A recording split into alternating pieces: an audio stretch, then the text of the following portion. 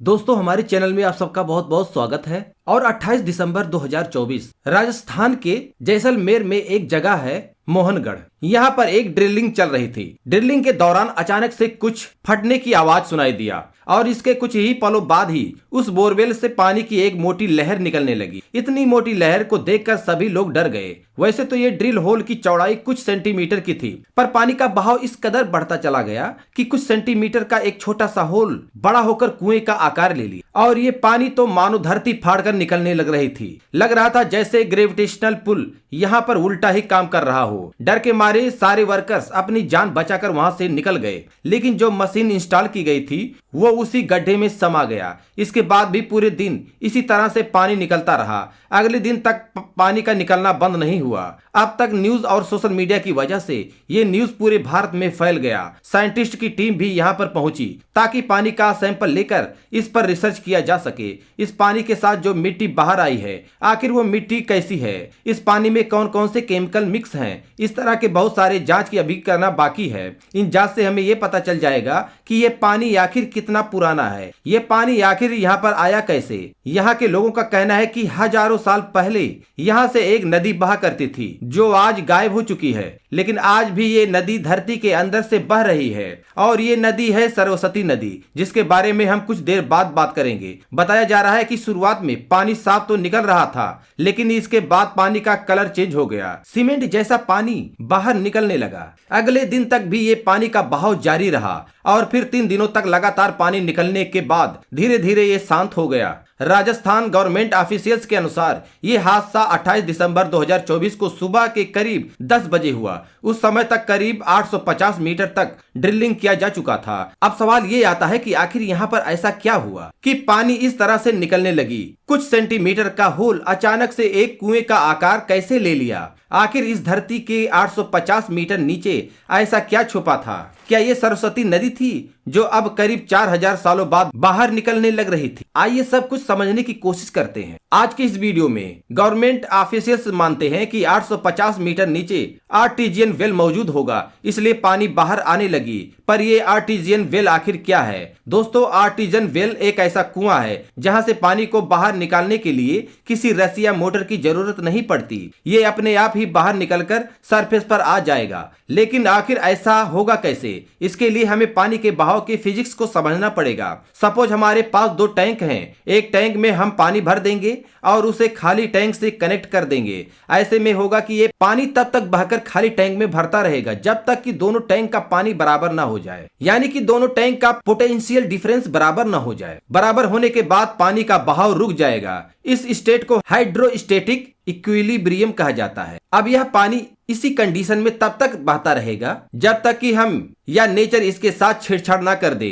मान लो कि हम इस पाइप में ड्रिलिंग करके एक और पाइप लगा देते हैं, तो ऐसे में पानी इस पाइप से बाहर निकलने लगेगा और ये पानी तब तक निकलता रहेगा जब तक पानी का लेवल पाइप के लेवल से बराबर ना हो जाए। कुछ ऐसा ही रियल लाइफ में भी होता है। जैसा कि हम जानते हैं कि हमारी धरती एक सी नहीं होती, कहीं पहाड़ पर्वत तो कहीं ऊंचा नीचा। मान लो कि धरती की बनावट कुछ ऐसी है, यहाँ इस तरह से ग्राउंड में पानी बह रही है, ये पानी का लेवल है। ऐसे केस में अगर यहाँ पर ड्रिल करते तो पानी अपने आप बाहर निकल जाएगा। वहीं अगर ऐसी जगह पर ड्रिल करें जहां पानी का लेवल नीचे है तो पानी अपने आप बाहर नहीं आएगा। अगर इस थ्योरी को अप्लाई करें जैसलमेर में तो यहाँ पर एक सवाल मन में आएगा कि आखिर इतना बड़ा पानी का स्रोत आएगा कहां से। यहीं पर सबसे पहला नाम आता है सरस्वती नदी। वेदों में इस नदी का जिक्र भी है कि ये नदी हिमालय से निकलने वाली सबसे विशालकाय नदी है और हजारों सालों पहले ये नदी राजस्थान से होकर बहा करती थी, लेकिन समय के साथ साथ ये नदी धरती के अंदर बहने लगी।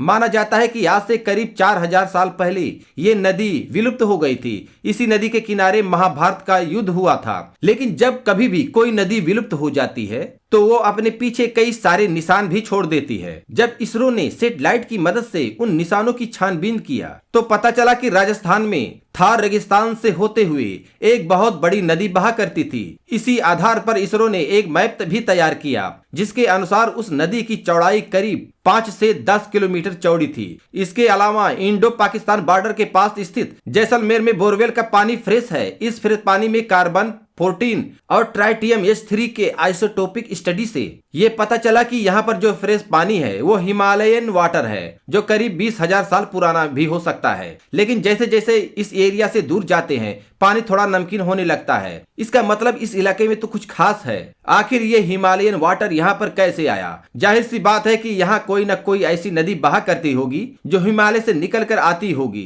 पुराने काल से वेदों में इसका जिक्र किया गया है कि ये नदी कोई और नहीं बल्कि सरस्वती नदी है, जो करीब 4,000 साल पहले सूख गई है। ऐसे में सवाल यहाँ पर ये आता है कि इतनी बड़ी नदी जिसकी सिर्फ चौड़ाई 5 से 10 किलोमीटर की है, वो आखिर कैसे सूख सकती है? आखिर इस नदी के साथ ऐसा क्या हुआ जिसने इसे गायब ही कर दिया? इसका जवाब है टेक्टोनिक शिफ्टिंग। धरती के अंदर मौजूद अर्थ क्रस्ट में टेक्टोनिक प्लेट्स हमेशा शिफ्ट होती रहती है। इसी शिफ्टिंग की वजह से कई विशालकाय पर्वत बना। इसी शिफ्टिंग की वजह से धरती के स्ट्रक्चर में भी बदलाव होता है। इवन नदियों पर भी इसका प्रभाव पड़ता है। फॉर एग्जाम्पल, यमुना नदी ईस्ट की ओर और सतलज वेस्ट की ओर शिफ्ट होने लगी, जिसकी वजह से यमुना नदी शिफ्ट होकर गंगा नदी से मिल गई। इसी वजह से सरस्वती नदी जो आज भी हिमालय से निकलती है उसका रास्ता कट ऑफ हो गया, जिसकी वजह से इस नदी के पास इतना पानी नहीं बच पाता कि वो भारत के विभिन्न राज्यों से होकर गुजर पाए और समुद्र में जाकर मिल पाए। यही वजह है कि सरस्वती नदी आज भी निकलती है तो है,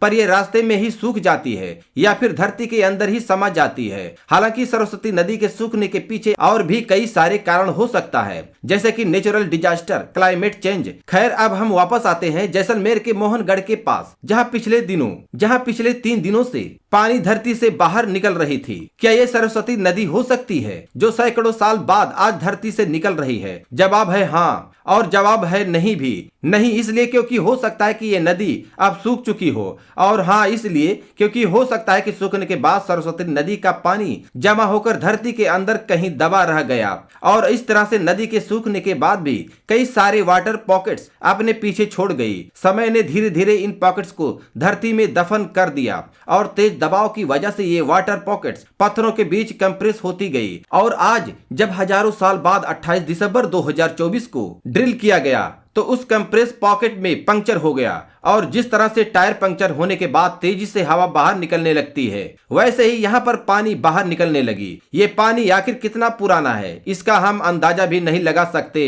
हो सकता है हजारों साल पुराना हो, या फिर हो सकता है कि लाखों साल भी पुराना हो। राजस्थान में इस तरह का पॉकेट होना आम बात है। बस फर्क इतना है, ज्यादातर पॉकेट्स में पानी नहीं बल्कि गैस होती है, और ये गैस अक्सर धरती को क्रैक करके बाहर निकलने की कोशिश करती है। एक बार अगर सारा गैस निकल जाए तो वहां की जमीन धंस सकती है।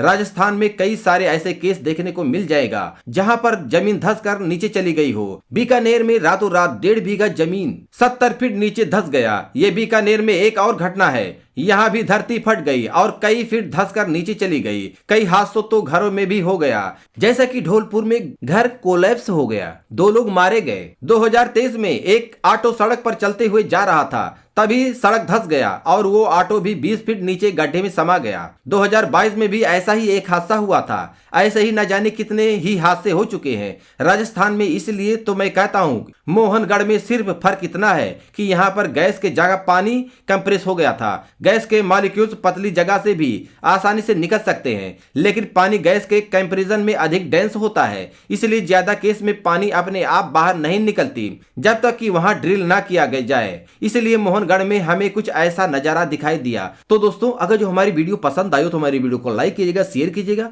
और हमारे यूट्यूब चैनल को सब्सक्राइब कीजिएगा। इसी के साथ नेक्स्ट वीडियो मिलेंगे। जय हिंद, वंदे मातरम।